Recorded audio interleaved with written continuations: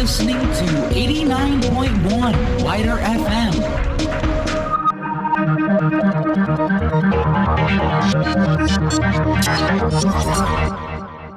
Well, hello and welcome to another exciting edition of the Western News Review, where we bring you the topmost stories that have been making headlines with the Western Herald, and we basically discuss them and bring more insights that you probably didn't see in the news articles.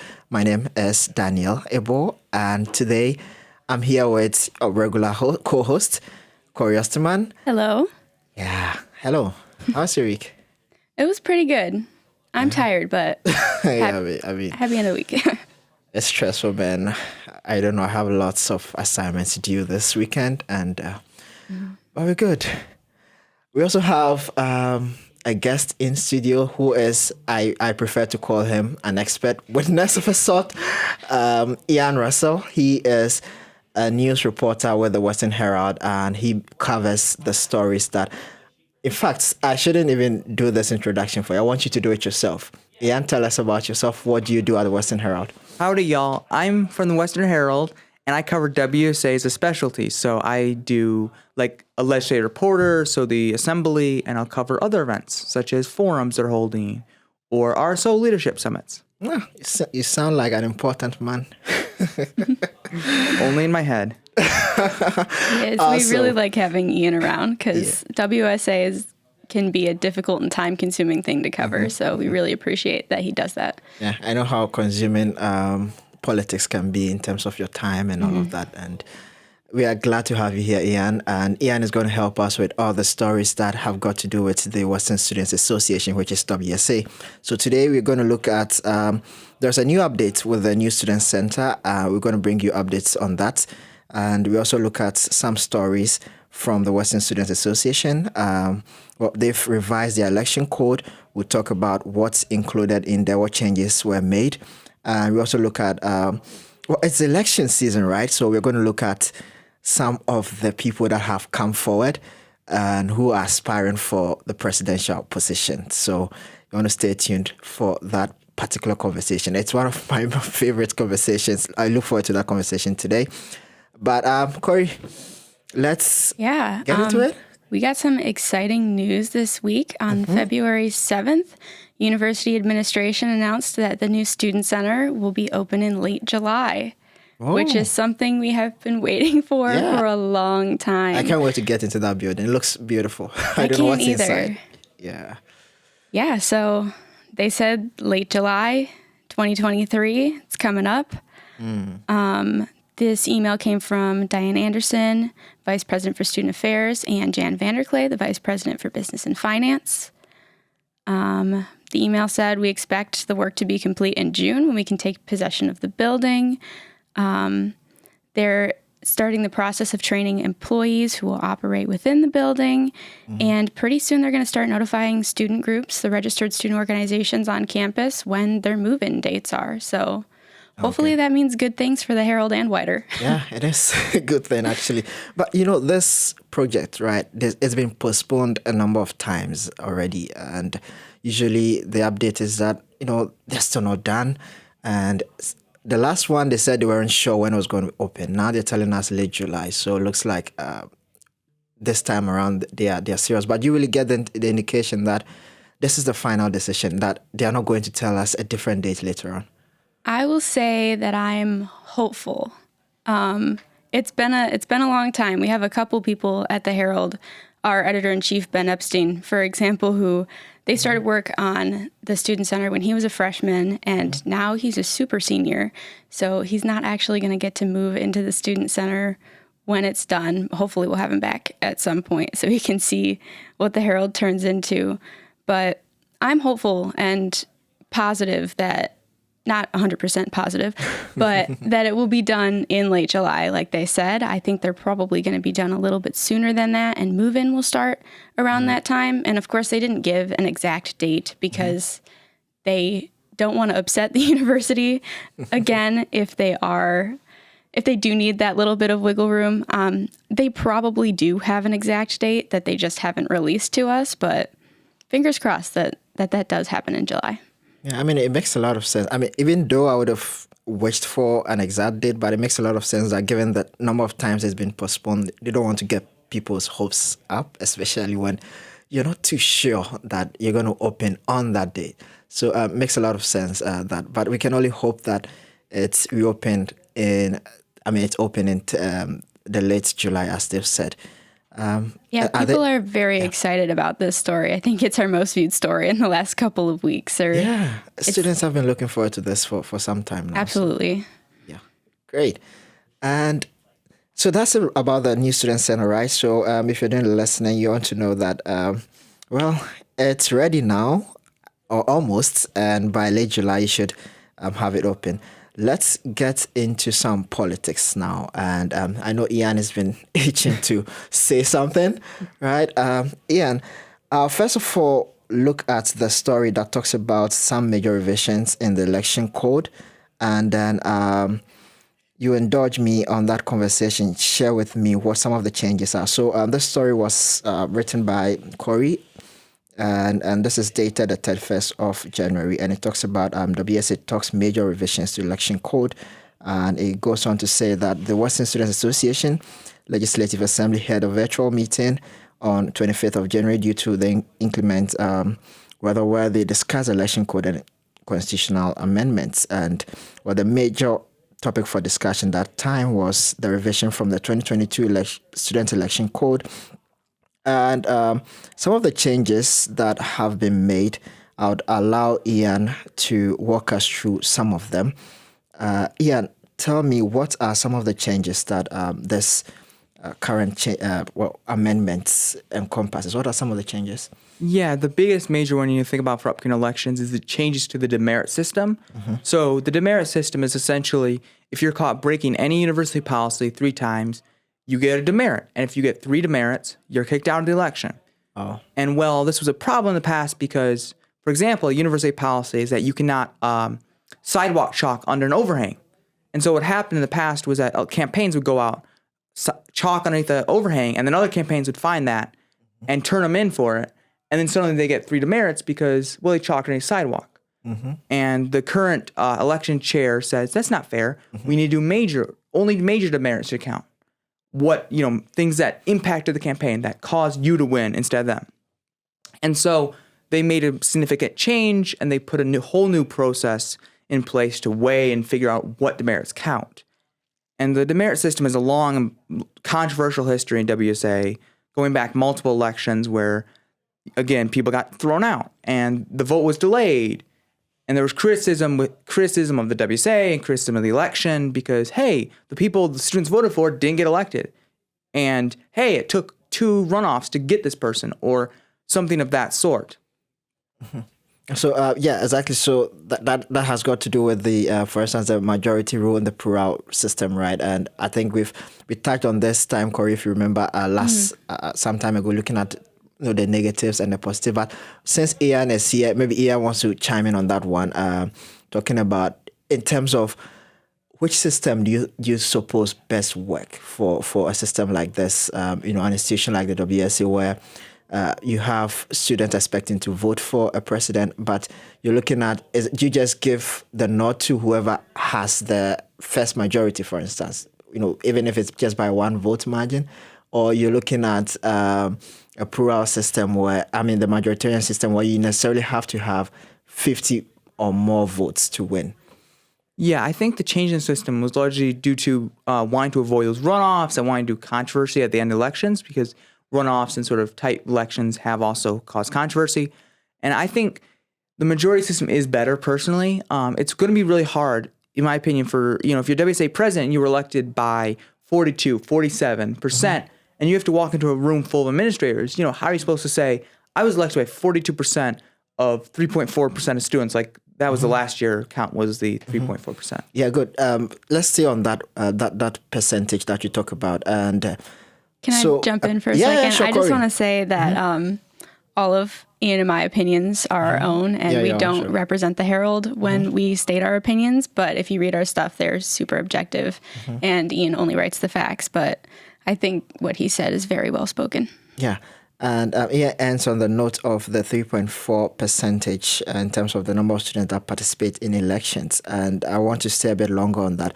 And this comes from the president, the student body president, Chen Kit-sun. And this was when he was speaking on the organization's strategic plan. And here's a quote from him. He says that we only had 3.4% of people voting during the last election. And without engagement, without students knowing WSA, we will possibly lose legitimacy as well. Now, this is worrying with an institution that has thousands of students, right? If you have just 3.4% of those students voting, Ian, don't you think, it goes to show that perhaps there's something that the organization, I'm talking about the Students Association, isn't doing right? What do you think? Isn't it worrying that we have this low number of students patronizing the elections? It is definitely worrying.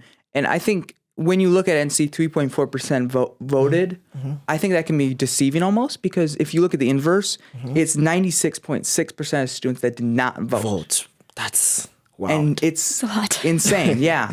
And so, like Chen had said, it's ties to legitimacy. Again, like I've said previously, how do you walk into a room of administration and say, I was elected by less than 10% or less than even 5% of the student body? And it's a trend downwards we've seen for quite a few years. So if you look at like a 10-year comparison with 2012, which this is from an old WSA article, and in 2012, 1,648 students cast their votes. Wow. And the winner in that election had 834 votes themselves. So 10 years ago, the winner won more votes than even were cast in 2022's election. And that was a percentage of 7.12 of the student body at that time. Wow. So we've been on a downward slope for a while, over the past 10 years. And this is connected to decreases in engagement, COVID, and a bunch of other factors. I was going to ask about what do you think could be accounting for that? What are they not doing right? It may not be their fault necessarily, right? It could be circumstances. People are too busy, for instance, and like you mentioned, COVID. But are there any reasons you can think of that could be accounting for why students are not patronizing the elections? My best guess is, like you said, they're too busy, right? Students nowadays are working internship, maybe a job or two, and then they're full-time students, and they're so busy, with their lives that it's like, I can't give 2 hours to sit in a WSA meeting. I can't give 2 hours to do this or do that. And when you have just WSA not being involved as much or doing as, it's like, oh, I don't really need to do it because it's, done. It's whatever. It's in the background. And it's interesting watching WSA tackle that issue of engagement, because I've been covering WSA for this fall semester, and everyone's tackled this issue of engagement. They had a RSO Leadership Summit partially all about tackling engagement. They've had the Bird slate is all about tackling engagement, which is in the upcoming election. But interestingly, it's not all COVID. A lot of people I've heard in WSA are like, oh, pre-COVID, everything was great. We had tons of engagement. But personally, in my research with the Herald, I found articles going back to 2018 saying, student leaders voice concerns about student engagement, for example. So engagement's a big, big issue. It is a big issue. And Cori, you want to come in at this point. So Ian talks about students being busy, right? And we are students, we are on campus as well. Do you also get the indication that perhaps people are too busy to care about the elections? Oh, 100%. I think college students, of course, know how important voting is, but I think on a lower level for our student body, it is just hard for everyone to know what's going on in our student elections because, like you said, we have jobs, classes, internships. I have 2 jobs on campus and a full course schedule. It is so hard to find. And the reason that I know what's going on other than in my small circle is because I do work for the Herald and I'm paying attention to all of the events on campus. But if you're not actively seeking those things out, it's kind of hard to get out of that. Everyone on campus comes from different walks. We have our different places on campus. And it's something about just hearing about WSA and getting involved with that can be difficult for a lot of students because a lot of them might not even know what it is. Let's propose, for instance, solutions. Let's think about. So Ian has also made mention of the fact that usually when they meet, it's tackling engagement, for instance, as a way to combat this issue. Is it that this is not working? How do we move on from here? It looks like they know it's an engagement issue, but what are they doing about that? Is it that previous efforts to engage isn't working? What can be done right this time? Right. So there's been a lot of attempts to boost engagement over the year and over past WSAs. And one of the most interesting I see sort of as encapsulating the problems is the student assessment fee forum they hosted earlier in the fall, which was, again, about boosting student engagement and getting them talking about where their money's going. That $42, which is a student assessment fee, every student pays a semester. And WSA was trying to get people to talk about it. Come to a forum. Let's talk about where your money's going. And when I was covered that event, and the room they had set out was a medium to small size room in second floor Bernhard with plenty of chairs, a little table for them to sit at in the front, and a stage, right? And I was one of 2 people who showed up. Total. Those Bernhard ballrooms can be devastatingly empty when we go to cover events. It happens with all kinds of events. Oftentimes the Herald reporter will be one of the only students in attendance. That's interesting. Yeah. I'm first learning about this, and so it looks like there's this student apathy when it comes to the WSA and its activities, and wow, it's quite interesting. I had a question to ask about that in terms of Ian, before we got on live, Ian was mentioned the idea about people, those who need money from the association only being the ones who care about it, right? You want to tell me more about that? So is it that the rest do not care because they don't have any direct stake in the association? I would say the student body can be broken down in a few groups when it comes to WSA. There are the hardcore small group of WSA hardcoreists. So these are people who will fill executive positions, who will run for candidacy for elections. And those people basically make WSA turn and move. And then there's a smaller periphery group that are, I'm here to support my RSO, to gain funding from my RSO, but I want to be involved in this organization, and I'm going to put my 100% effort in. And then there's a slightly larger group that's like, I'm just here to get funding from my RSO. Registered organization, in case you don't know. And then once you get out that, you just get to the mass general student body where it's like, I don't really care what WSA does. I'm not worried about it. Maybe that person goes to Bronco Bash and that's their only connection with WSA. Good. Let's talk about this election. We've looked at the problems that have characterized previous ones, low patronage and all of that. And this will tie directly into what we talk about, the candidates that have shown up for, contesting the positions. It means then that, for instance, some of them may want to address this issue, may want to run on the message of we're going to unite WSA, Western students, for instance. Some of them might want to even campaign on, changing the status quo in terms of student apathy on campus. Let me bring the story on the presidential slates that we have. And this story, again, is on the Western Herald's website, written by Ian here. And its headline, WSA kicks off spring election season with first presidential slate. And it comes with a picture of the Speaker of the Assembly, Sam Longlet. And the story goes on to say that current Speaker of the Assembly, Sam Longlet, announced in a speech that he will run for the WSA's presidency. In his announcement, he discussed his personal experience as a Speaker of the Assembly and how it motivated him to run. There's a quote from this. I don't know if I'm going to, let me just quote it. He says, "I was really excited to get more involved in WSA, but as I learned more, greater and greater did the bad taste in my mouth start. Back in October, I almost quit the speaker position. I almost resigned because the bad taste had gotten so bad. But the thing about the bad taste is that if you leave it for long enough, it makes you want to brush your teeth. So I'm here before you all today to finally brush my teeth." And he also announced who he's going to run with, and that is the current Secretary of the Assembly, right, Travis Melson. And he even announces his Chief of Staff. I'll leave the story here and let Ian talk to me more about what this means potentially for the election. I understand he's not the only one who has shown interest in running for the presidency. So first of all, let's look at Longlet as the current speaker. and then we'll get to the other candidates as well who have also shown interest. So for Longlet, for someone of his caliber, someone who perhaps knows the ins and outs of WSA, what does it mean for the kind of election we should expect this year? How competitive do you think this is going to make it? I think it'll be a very competitive election. Longlet in his full slate has pledged to, avoid drama, avoid toxicity. So I think it'll be a very competitive but clean election. And a key thing with the Longlet slate, I noticed this, when you compare the announcements, is his slate is very well spoken and they're very used to speaking. And while the Byrd slate is also very well spoken, you can tell they aren't as practiced, they aren't as trained, they're not as used to staying in front of an audience as Longlet is as speaker.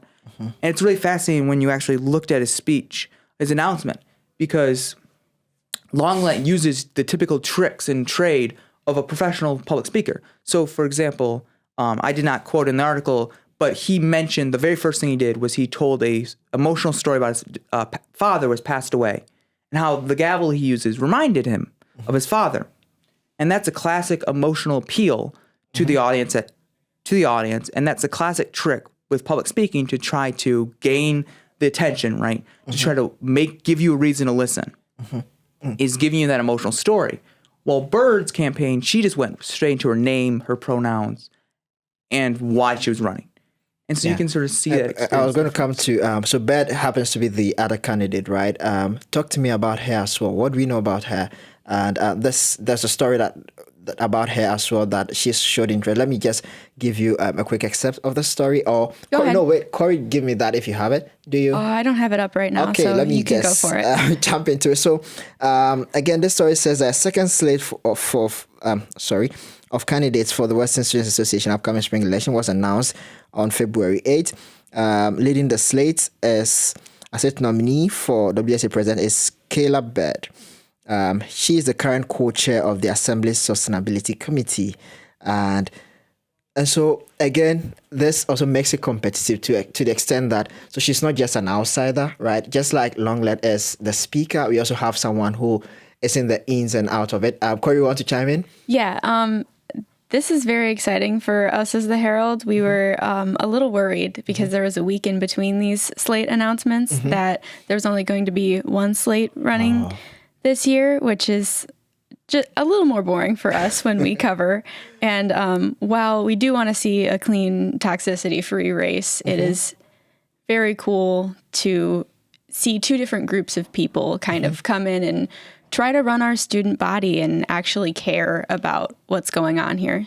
I mean, and I agree, elections are boring when you have someone go unopposed. Exactly. But when you have it that competitive, it makes a lot of sense. And I'll continue from where Cori left off in terms of two different groups of people. And with this, I'm going to look at gender necessarily.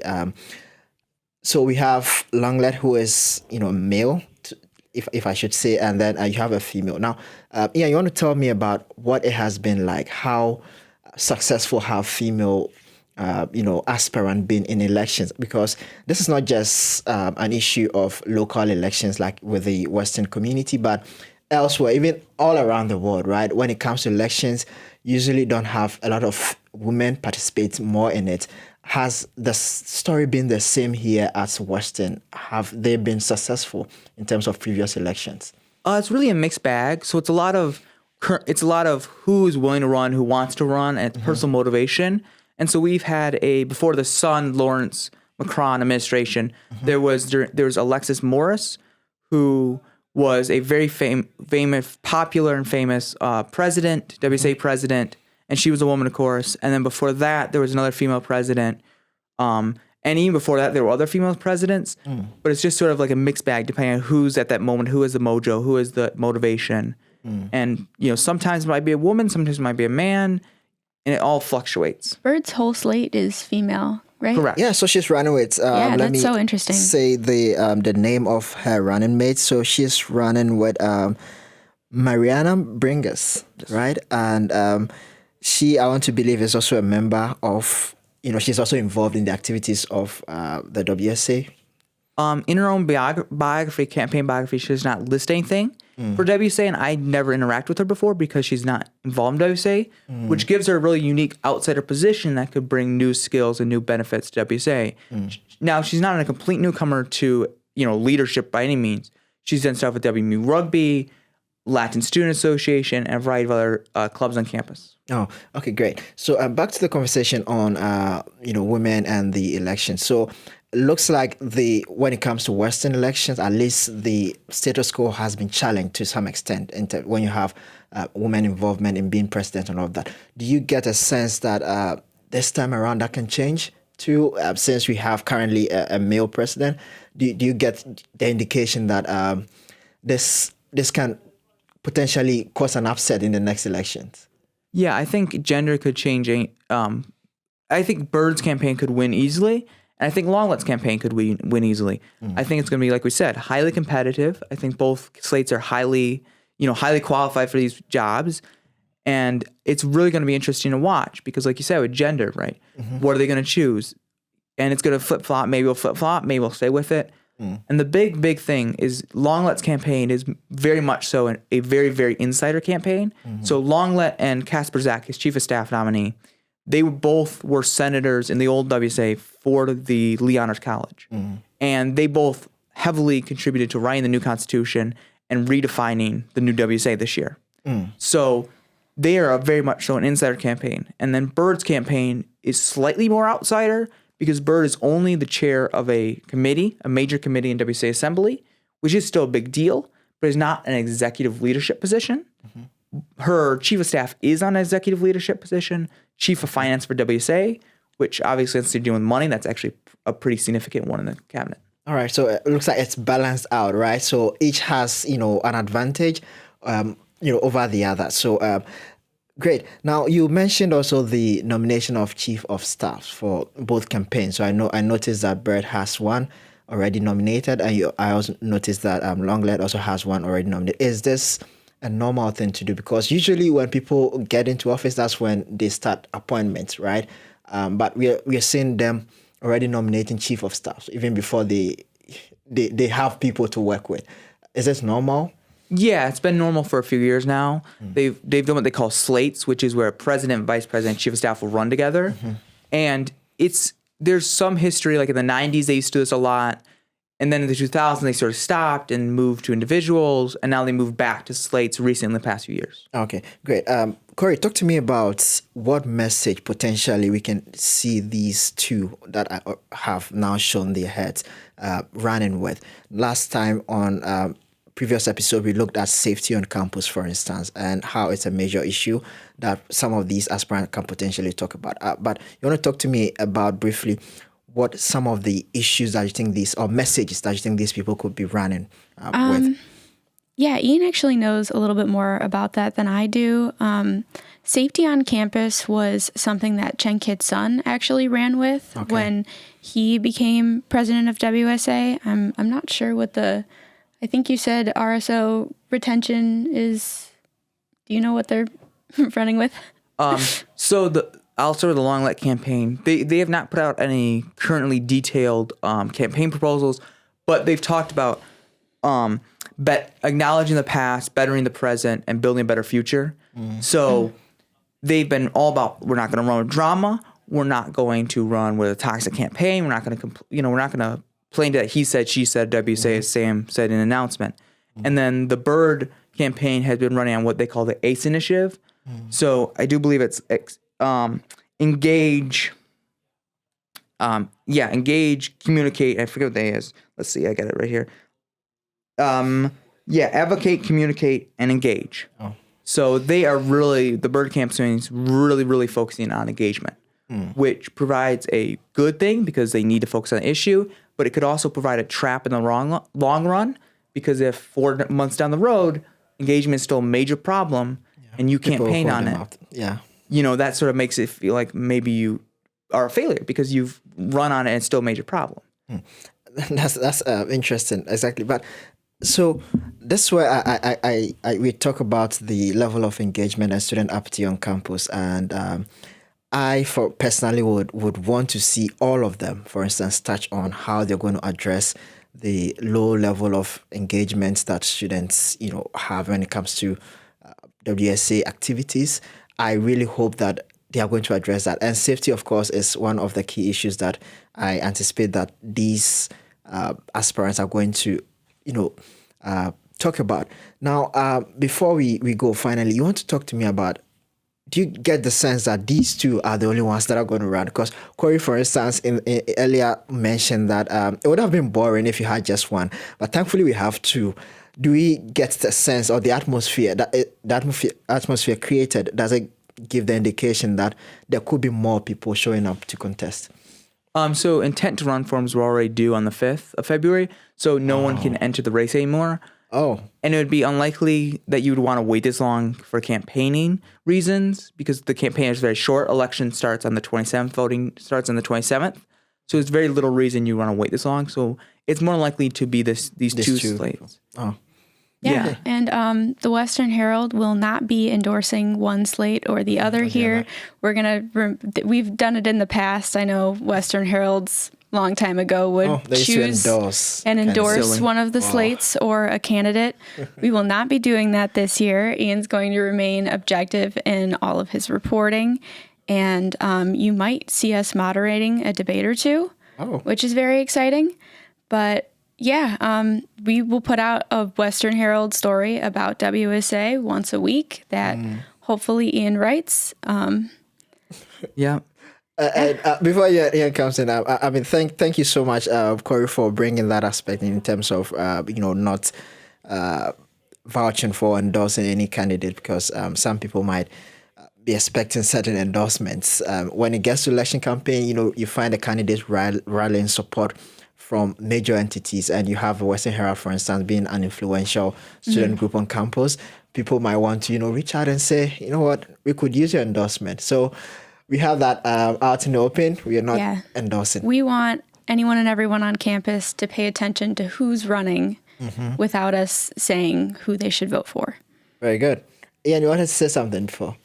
Yeah, I was just going to bring up, this has been biting me for a little bit, listening, guys, is when we talk about engagement as a major issue, that is the issue everyone's talking about, but the issue that's sort of more under the surface is the decreasing amount of money. So the SAF forum, which is the student assessment fee, which is how a WSA, the Western Herald, WIDR, everybody gets their money, is decreasing because of the decrease in student enrollment. So you have less students paying that $42 every semester. And that's causing a lot of problems because now everyone's sort of scrambling and trying to, get more money. And how I think about it is almost like a bunch of people on a lifeboat at sea, and they only have so much food, and now the food's decreasing, so now they're all scrambling to get it, and they're like fighting over it, and it's interesting. Yeah, interesting. And I've particularly enjoyed this conversation because it's been enlightening. If you don't listen to this, I'm not sure some of the insider information that Ian has given, you would get them anywhere. So thank you so much for joining us, Ian Russell. He is the staff reporter at Western Herald, and today he was our guest, and more of an expert guest, if you want, trying to help us understand what's going on with the WSA and its upcoming election. Do we know when the elections are going to be held? I do believe it's 27th of February through March 3rd, if I'm correct. I might not be correct in the end date, but I'm pretty sure it's the 27th when it starts. Okay. All right. So we'll be looking forward to that. I will be having more conversation. Ian will be joining us from time to time to tell us as and when, any major issue comes up with regards to the elections to talk to us about it. Cori has been also helping with updates from the students, New Student Center, and as well as some conversations around the Western Students Association and elections, and also where WIDR stands with that. So she's the news editor. So what she says is final. So if you're a candidate, don't try to reach out to them for endorsement. That's just by the way, but thank you guys so much. I've really enjoyed this conversation. Thank you, my pleasure. Yeah, great. So this has been the third edition of the Western News Review, where we bring you top stories on Western Michigan University's campus. And today we've looked at the New Student Center, we've looked at the Western Students Association and its upcoming elections. Catch you same time next week. Bye-bye.